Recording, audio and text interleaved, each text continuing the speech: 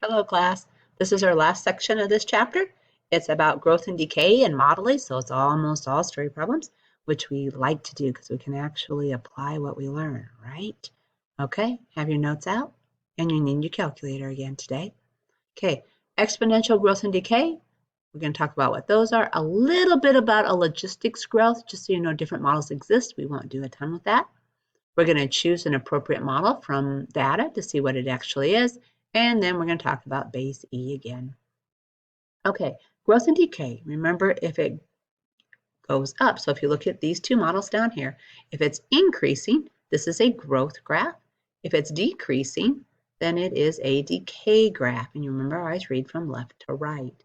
Okay, when you're looking at the formula, it's always some initial value, then e to the kt, because e means continuous.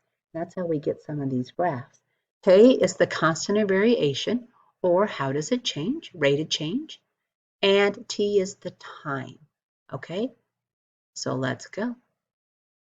I get my cat, there we go. All right, notice here, K has to be greater than 0 for it to be a growth and less than 0 for it to be decay. So let's do a little bit of work here. So we're going to go through. In 2000, the population of Africa was 806. So we need to write that down. So 2000, whoops. Told you it wasn't happy today. Don't know why. Here we go. Let's try it again. 2000, there we go. We have a population of 807 mil.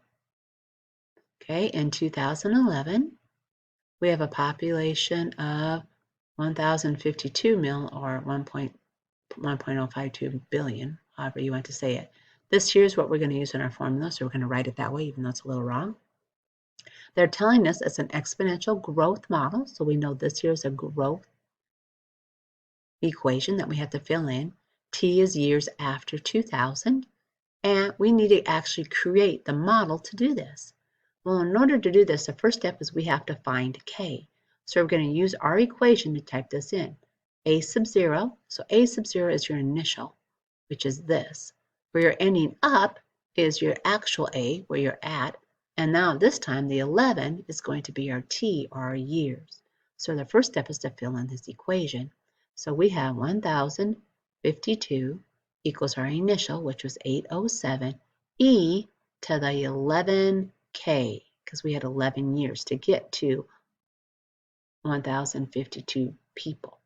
So now we need to solve this. So the first step we're going to do is divide by 807.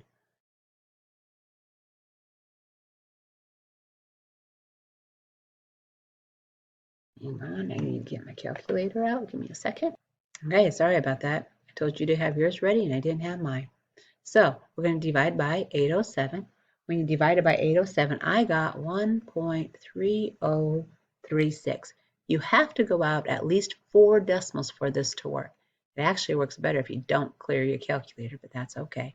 Now I have an e to a power, and I need to get this gone. So remember, the opposite of e is the natural log, right? Because that means base e. So instead of taking a log of both sides, we're going to take the natural log of both sides. So when we take the natural log of both sides, we're going to get the natural log of the 1.3036.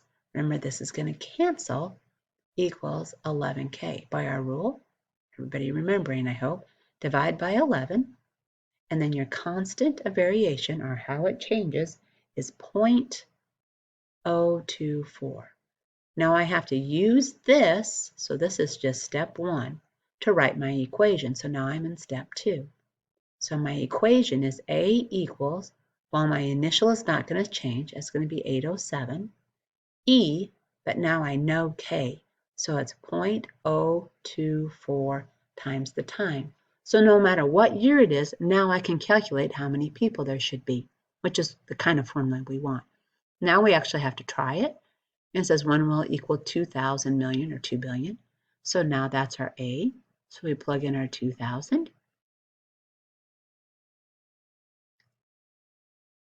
Now to solve this, we need to divide by the 807. Remember, a minimum of 4 decimals. So 2.4783. Better if you don't clear your calculator, just saying. e to the 0.024t. Take the natural log of both sides. So this is going to cancel. So now we got the natural log, 2.4783 equals 0.024t. Can't see my decimal. Divide by the 0.024, and your t equals, according to mine anyway, 37.8 years. All right. But it said by which year will Africa's population reach 2 million? So if this is 38 years, roughly if we round, that's in year 2038 because I have to round it to the whole year and I have to add it to 2000. So in 2038 is when they will reach 2 billion people. Kind of fun, right? Okay, try yours. So make sure you pause it and give this a shot. Now, when we read this, the half-life of strontium is 28 years. So I know half-life is 28 years. Meaning that at 28 years, the amount of cells will have decayed to half the original amount. Nobody cares. Find the exponential decay model, exponential decay. So now we know that A equals the initial value e to the kt, because this is decay and growth formula for this. If they're originally 60 grams, so here they're telling my original is 60 grams, how long will it take for strontium to decay to a level of 10? And I want to know how long until we get to 10. Well, the half-life is 28 years. That means no matter what the initial is, I have half of it left. So 1/2 is equal to whatever I started with, e, and then years is 28. So k to the 28 years is how you do that. Natural log both sides. And we're going to get the natural log of 1/2 equals k times 28. I'm going to put 28k. It looks better. Divide by 28. And I've got k to equal negative 0.0248. So let's rewrite our equation now. So A equals the initial, right? E to the negative 0.0248t. Okay, now if the original was 60, how long for it to get to 10 grams? So if my original is 60, so this is A sub 0. How long for 10? That's going to be our A value. So 10 equals 60 e to the negative 0.0248t. So let's divide by 60, and we get 1.166 repeating, if I remember right. 6 repeating equals e to the negative 0.0248t. Again, to get rid of this e, we need to take the natural log of both sides. So now we got the natural log of 1.6 repeating equals negative 248t. Divide by your negative 0.0248. And it will take, according to me, 72.25 years for an initial of 60 to get down to 10. All right. Logistics growth. Okay, these are really quite fun and they're used quite a bit because this is how things actually start. You usually start at 0 and then you increase, and then you kind of plateau out. Like say if you're at the ice cream plant and you make ice cream bars, right? At first, you're not going to know how to make anything. So you're at 0. Now you're going to get trained and you're going to quickly move up to a certain number that you can make per hour, all right? And you're probably going to plateau at some point. You're only going to be able to do so much at your best, right? So that's a logistics growth model. It's more realistic than everything else. Okay, when you look through here, we have a C, which is a constant, so is the A and the B. This time, your growth function is actually in the bottom, or your continuous growth. So let's go here. When I look at this, I want to know what it actually means. That's all I really want you to do. So if f is 0, means I'm going to plug in 0 for t. Well, if I'm plugging in 0 for t, I got 0.8 over 1 plus anything to the 0 power is 1. That equals 0.4. So that's my limit. So I can make 0.4 with no time, no trials, nothing, right? My learning trials. Now what happens after 10 learning trials? Am I going to go up? And I certainly hope so. So now we have to find f of 10. So hopefully I'm doing better. Is 0.8 all over 1 plus e to the negative 0.2 times 10 trials. All right. When you type that into your calculator, make sure you're being very careful. You should get 0.7. All right. So I've gone up drastically.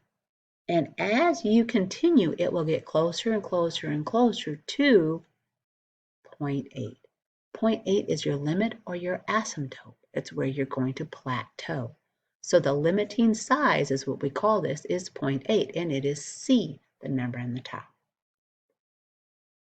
Okay, let's go here.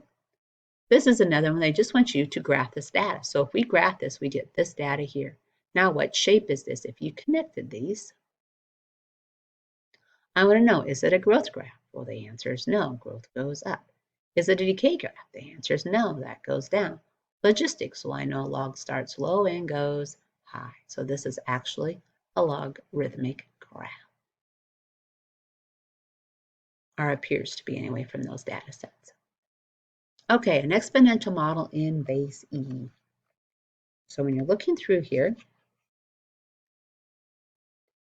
we need to solve this. So if I look this here, I want to rewrite it in base E. All that means is I want it to be in a continuous type of format.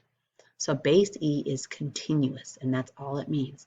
So if I do, you got to remember E to the natural log, remember that is 1, right? So that's going to cancel. So if I add this into my equation, I have changed nothing because I'm just taking into 1.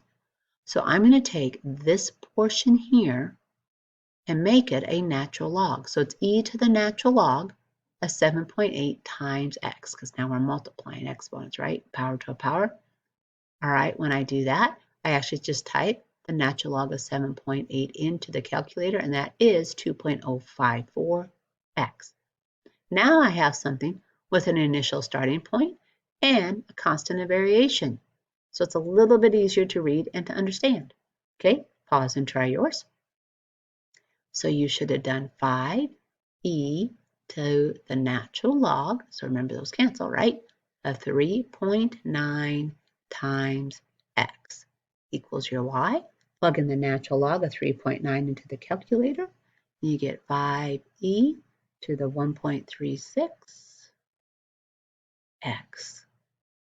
Now you have a constant of variation and an initial value.